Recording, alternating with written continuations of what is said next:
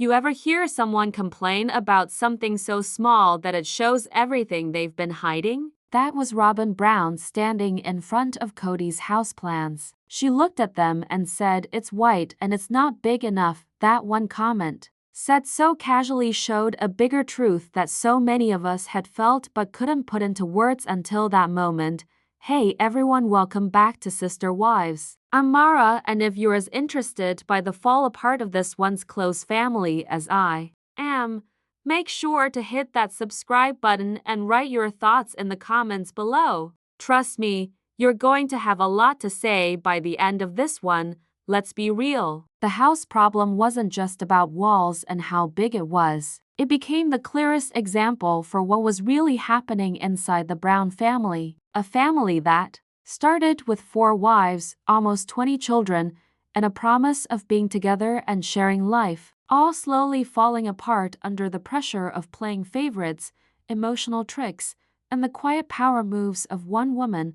Robyn Brown didn't just walk into this family. She changed the whole story. When Kody brought her in, she came with debt, kids of her own, and a past marriage. But what she also brought, and no one seemed to see at first, was a plan to not just be part of the family but to control it. And the house? That was her first big move. While everyone else was trying to make this dream home work for everyone, Robyn looked at it and saw what she didn't like. Not what the family needed, not what the kids might want later on, just her personal taste. And worse, she had the biggest part of that blueprint and still said it wasn't enough.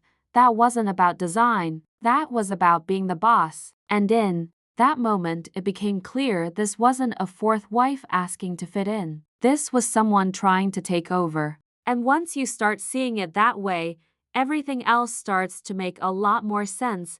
The Brown family was supposed to be built on one thing: being together. That was the dream, right? One man, 4 women, all working together to raise a huge, messy, beautiful family under one roof, or at least as close as they could get to it. Each wife had her own strengths. Meri was the legal wife, the one who started it all. Chanel brought stability and being practical, especially with the money. Christine was the heart, the caregiver, the one the kids would run to. It was never perfect, but for years they made it work. And then Robyn came. When Robyn joined the family in season 1, she was introduced as the fresh start, the sweet outsider, who had been through hard times and just wanted love and belonging. Kody fell hard. He was driving 6 hours one way to see her every few days while his other wives were left trying to hold the rest of the family together. Even back then fans noticed it. The imbalance, the favoritism, the way he lit up around her. But here's the part that hits hardest. Robyn didn't come in trying to blend. From the beginning, her kids had different rules. She made different choices. She wasn't just one of the sister wives. She became the wife, and the change wasn't loud. It wasn't some big announcement. It was subtle, quiet, slow. Take the move to Las Vegas. Every wife got their own house on the cul-de-sac, but you could see how Robyn set herself apart. Her decorations, her rules, her boundaries, all different. Her kids didn't seem to hang out much with the others, and when holidays came around, Robyn often had separate plans, or her children didn't show the same excitement or closeness with their half-brothers and sisters. In one early episode, when the family tried to have a united Thanksgiving, there was already a feeling that Robyn was holding back, like she was there but not really with them. Her kids looked uncomfortable, not sure where they fit, and instead of working to bring everyone closer, Robyn stood quietly at the edge, watching. It was supposed to be one big family, but over time, it started to feel like it was Robyn's family and everyone else was slowly being pushed out. One of the most heartbreaking things to watch on Sister Wives over the years hasn't just been the breaks between the adults. It's been the change in the kids, especially Robyn's daughters Aurora and Breanna. In the early seasons, they were sweet, a little shy, but they fit in with the other Brown children fairly well. There were even moments where it looked like things might work out, like they might all grow up together as one big group, but then something changed. It wasn't sudden, it crept in, But fans started to notice that Aurora and Breanna began pulling back at big family get-togethers. They weren't hugging their siblings. They weren't laughing along with the rest. They'd often stand off to the side, arms crossed, faces cold. Not angry, just distant. Like they were already gone even though they were right there. And one moment that really stuck with people came during the COVID lockdown when the family was split apart. Kody was moving between homes, but not all homes got equal time. He stayed almost only at Robyn's house. When he was finally allowed to see Aurora again after 10 days apart, he acted like it had been forever. Shaking, emotional, saying how much it hurt to be away from her. Meanwhile, some of his other kids hadn't seen him for months. Not 10 days, months, but it was Robyn's reaction and Aurora's emotional state that caught people off guard. She seemed devastated, not just because she missed her dad, but as if she believed something had been done to her, like she'd been hurt by the very family that had always accepted her, and that's when it started to make sense to a lot of longtime viewers. The theory: Robyn was quietly telling her girls that they were being rejected, that the other moms didn't want them around, that the other kids didn't love them. It's a classic emotional trick move, planting seeds of feeling like a victim. It's not screaming or ranting, it's subtle. They didn't invite you again, huh? I guess they just don't see you as part of the family. You say it enough and the kids start to believe it. Then they act like outsiders because that's what they think they are. What we saw with Aurora and Breanna wasn't just sadness. It looked like emotional sheltering, like they'd been told over and over again that no one else had their back. So they stopped reaching out. They shut down. That's what learned helplessness looks like. And it doesn't happen overnight. It's taught quietly, consistently, and often by someone who claims to be protecting you. If you watch the early seasons of Sister Wives, then you remember how every wife had a role. Meri was the legal wife. Chanel was the numbers brain, always balancing the budget. Christine was the nurturer, the one holding the emotional glue together for nearly 24 kids. That was the system. Imperfect, but it worked. Until Robyn entered, and little by little those roles started to shift. Not with loud announcements but with quiet redirecting. It started with Meri. Back when the Browns were trying to legally adopt Robyn's kids from her first marriage, Meri, who had been married to Kody the longest, offered to legally divorce him so he could marry Robyn and make that adoption easier.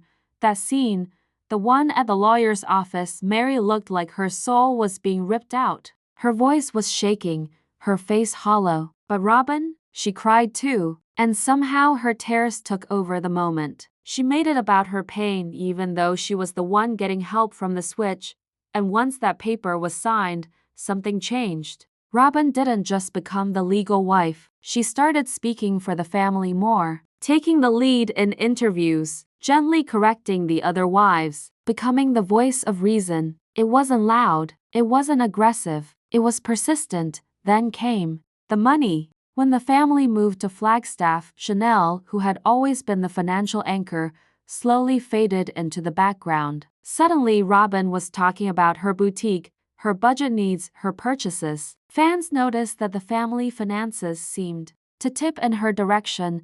There was that moment when Christine revealed that money from her home sale had gone into Robyn's house, and Kody didn't deny it. He just brushed it off like Robyn's needs were the default now.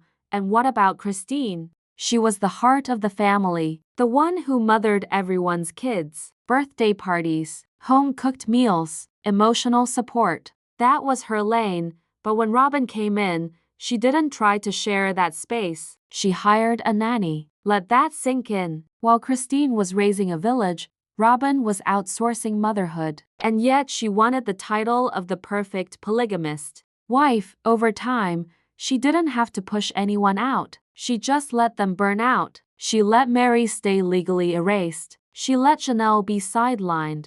And she watched Christine walk away, the one wife who saw exactly what was happening and finally said no more. Robyn didn't need to fight for power. Kody handed it to her. And once she had it, she rewrote the family playbook with herself as the main character. There was a time when Kody Brown called himself the protector of his family, a man juggling 4 marriages, nearly 20 kids, and this dream of unity that sounded so ideal until it wasn't. Because somewhere along the way, Kody stopped protecting everyone and started protecting just one. It's not just guessing. The favoritism is right there in the episodes. The way he showed up for Robyn versus the way he completely disconnected from the others. It's night and day. During the pandemic, Kody went almost 10 days without seeing Aurora and he acted like the world had ended. He was practically devastated, but at the exact same time, he hadn't seen some of his other children in months. Not weeks, months. And there was no urgency, no breakdown, no concern. Just excuses. When Chanel asked him why he wasn't spending time with her kids, his response was cold, dismissive, as if those kids didn't matter as much. Meanwhile, Robyn's kids had Kody quarantining like it was a royal duty. He followed a completely separate set of rules for them. He wouldn't even drop off Christmas gifts to the other families because Robyn was scared of getting sick. She didn't want her kids at risk, so Kody pulled away from all the others. That wasn't protection. That was control. And let's talk about Robyn's emotional tactics because she's mastered the art of looking powerless while holding all the power. Whenever something gets tense, she cries. Every time she feels cornered, she leans into victimhood. They don't accept me. I'm being excluded. I'm just trying to be part of the family, over and over again. It's never her fault, and Kody, he falls for it every single time. He doesn't comfort her like a husband. He defends her like a soldier. He shuts down other wives for questioning her, calls their concerns attacks, and spins everything to make Robyn look like the wounded one. Even when Christine expressed years of heartbreak, Kody's reaction was to accuse her of betrayal, all while holding Robyn's hand like she was the one being hurt. It's not about love anymore. It's about loyalty to one wife, one narrative, and one very calculated image. Kody may have started out trying to protect everyone, but now he's just guarding the one person who made sure he didn't have to share his crown anymore. There's only so long people can pretend everything's fine before something finally breaks. And for the Brown family, that breaking point came when Christine walked away. After years of feeling unseen, unheard, and completely abandoned by Kody, she did what no one expected. She left, and the ripple effects, they shook the entire foundation of the family. Christine's departure wasn't just about her marriage ending. It was a wake-up call. It was the first public declaration that the system, Robyn's system, wasn't working, and once she left, the truth became impossible to ignore. Chanel started to question things more openly. She stopped defending Kody's double standards. She saw how he protected Robyn at the expense of everyone else, and little by little, her patience ran out. Even Meri, who had clung to the idea of loyalty longer than anyone, started to pull away. She held on for years through emotional distance, betrayal, and even humiliation. But when Kody told her flat out that he didn't consider himself married to her anymore, that was it. You could see in her face, she was done begging to be chosen. And really, why should she have to? Now with Christine gone, Chanel detached, and Meri emotionally out the door, Robyn is finally sitting in the seat she angled for all along. The only wife left, but here's the twist. It's not the victory she thought it would be. Because now there's no one else to blame. No more sister wives to cry about. No more villains to accuse of excluding her. Just silence and Kody. She played the long game and she won, if you can call it that. But at what cost? The family is fractured. The kids are distant. The dream of polygamy that once brought them all together is gone. And now the woman who said all she ever wanted was sisterhood is sitting alone in the house she helped empty. Looking back at everything that happened, it's hard not to see how carefully Robyn planned each move. She didn't come in like a hurricane, destroying everything at once. No, she was more like water slowly wearing away at rock, drop by drop, day by day, until suddenly there was nothing left of what used to be there. The other wives didn't even realize what was happening until it was too late. Think about it. When Robyn first joined the family, she seemed so grateful just to be included. She would smile sweetly and nod along with whatever the other wives suggested. But watch those early episodes again and you'll notice something. Even when she was agreeing, there was always a little comment, a small suggestion, a gentle correction. Nothing big enough to cause a fight, but enough to plant a seed of doubt. Oh, that's a nice idea, but maybe we could try it this way instead? She would say with that soft voice and innocent smile. And somehow,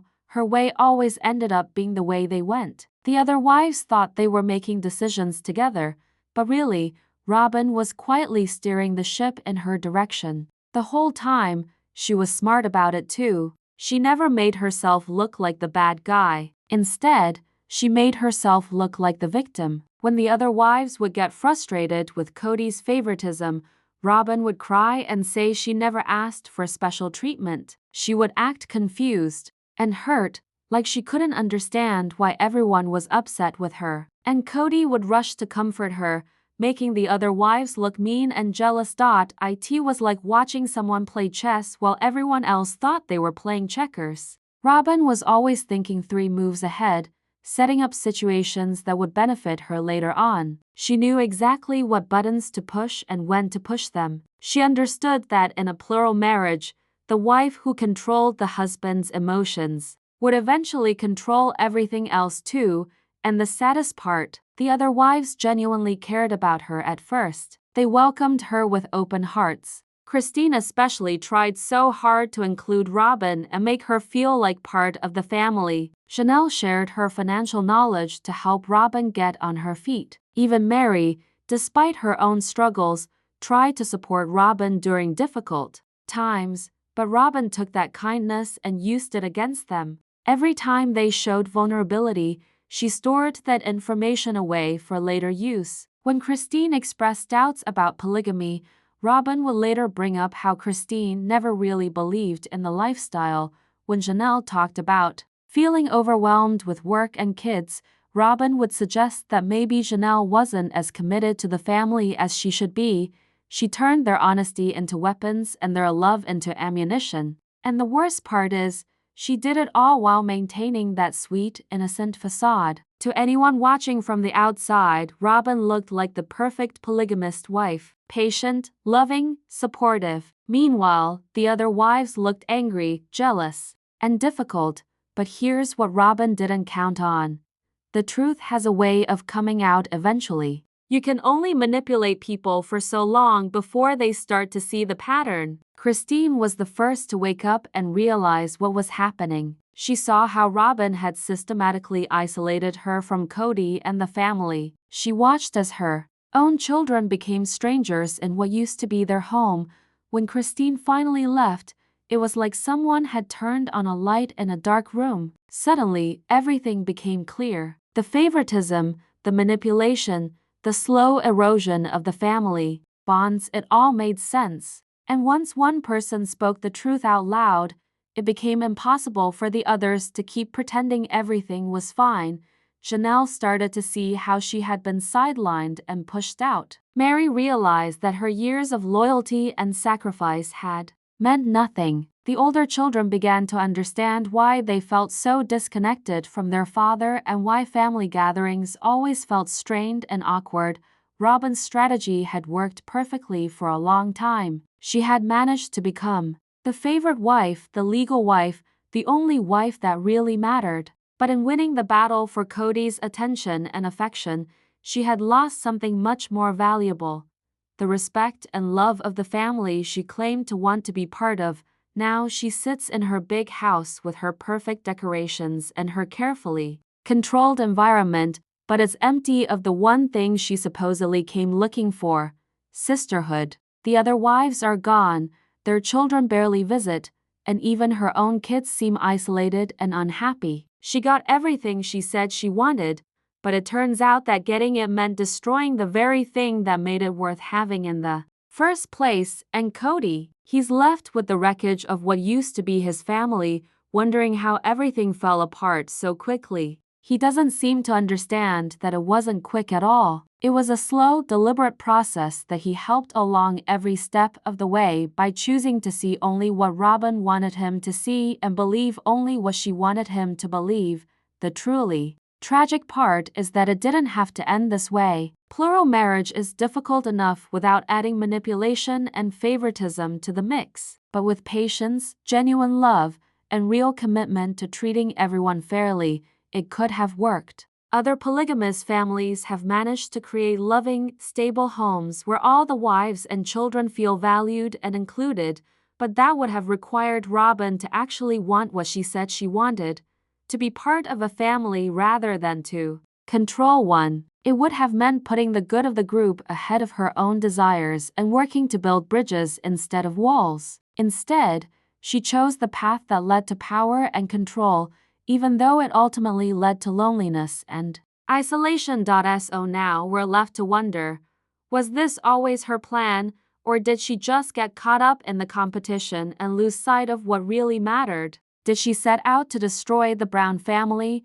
or did it just happen as a side effect of her determination to win at any cost? Maybe even Robyn herself doesn't know the answer to that question anymore. What happens next? Will Kody and Robyn try to rebuild? Or is this truly the end of the family as we knew it? I want to hear your thoughts. Do you think the other wives will ever reconnect? Will the kids come back around? Or is this chapter permanently closed? Leave a comment below and don't forget to subscribe to Sister Wives. This is Mara and thank you.